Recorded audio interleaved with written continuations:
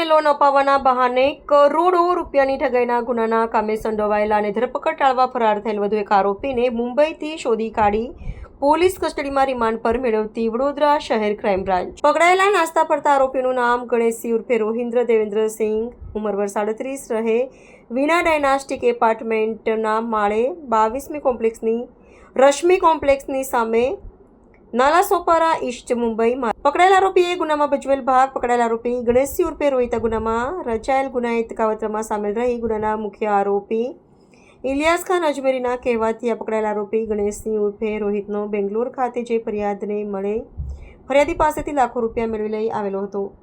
આ સારી કામગીરી કરનાર ક્રાઇમ બ્રાન્ચના અધિકારી કર્મચારી, ક્રાઇમ બ્રાન્ચના police inspector SM Gamit, police sub inspector DV Gohil, police sub inspector KD Rathod, ટીમના અમૂલ્યભાઈ, ઉદયસિંહ, બિપિનભાઈ, હિતેશકુમાર, જગદીશભાઈ, કનૈયાલાલ, બળદેવસિંહનો સમાવેશ થાય છે.